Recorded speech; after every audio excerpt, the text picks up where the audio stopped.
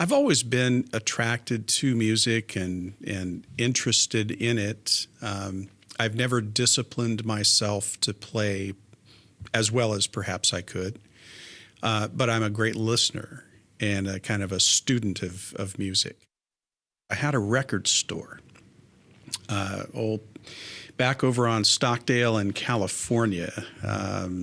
There used to might still be a Baskin Robbins there. So right next to that was a place called Sage Music Mart.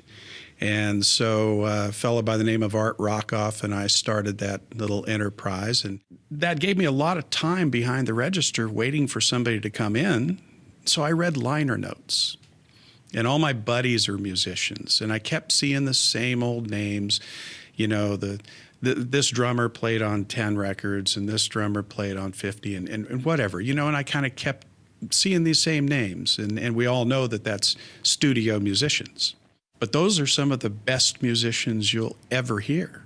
These guys started the business and started their craft because they love to play.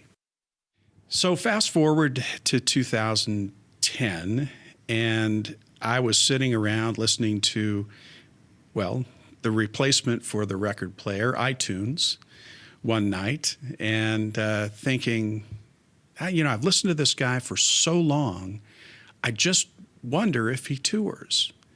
And, you know, what can't you learn in 4 clicks of the mouse these days?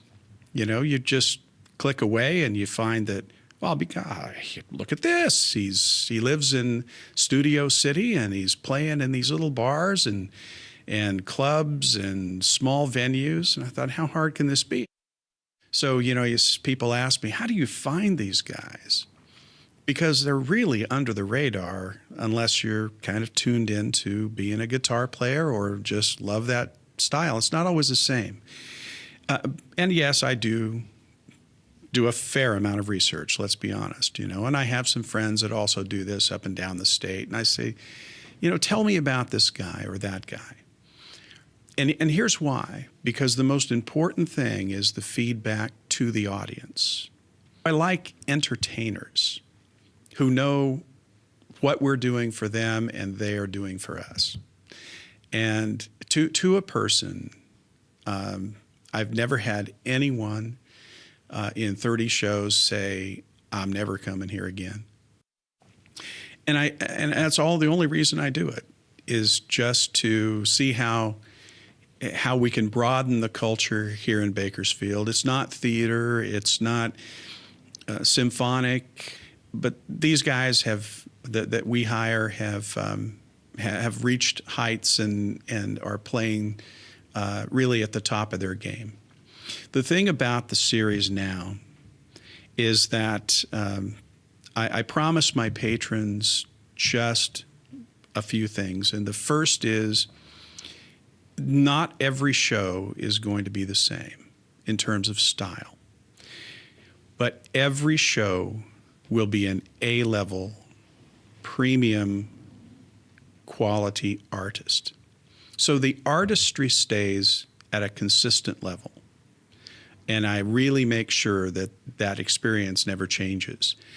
Now, you can always pick and choose, if you like, which style might suit you. Not everybody's a Chet Atkins fan, you know, the thumb-picking style. Not everybody's a jazz fan. Not everybody's a Django Reinhardt fan. So, but you know, if you come to Guitar Masters, we use Guitar Masters for a reason because they really are the best of the best in their genre. It's a real family affair. Lori works the door. The boys do whatever I ask them to, you know, and Katie, my daughter, she's an architect in town, and she takes all the pictures. You know, I've been married to Lori for a couple of years, and, you know, you can't just be a businessman and an entrepreneur and not a husband. So it's that balance. And grandfather. It changes your life, brother. So whether Guitar Masters continues, we'll certainly do this 5th season where I have all of my acts lined up through December. I will absolutely slip an extra show in there when I have an opportunity. I hope there's a season 6. But like I tell everybody, I'll know when it's over. Nobody will show up.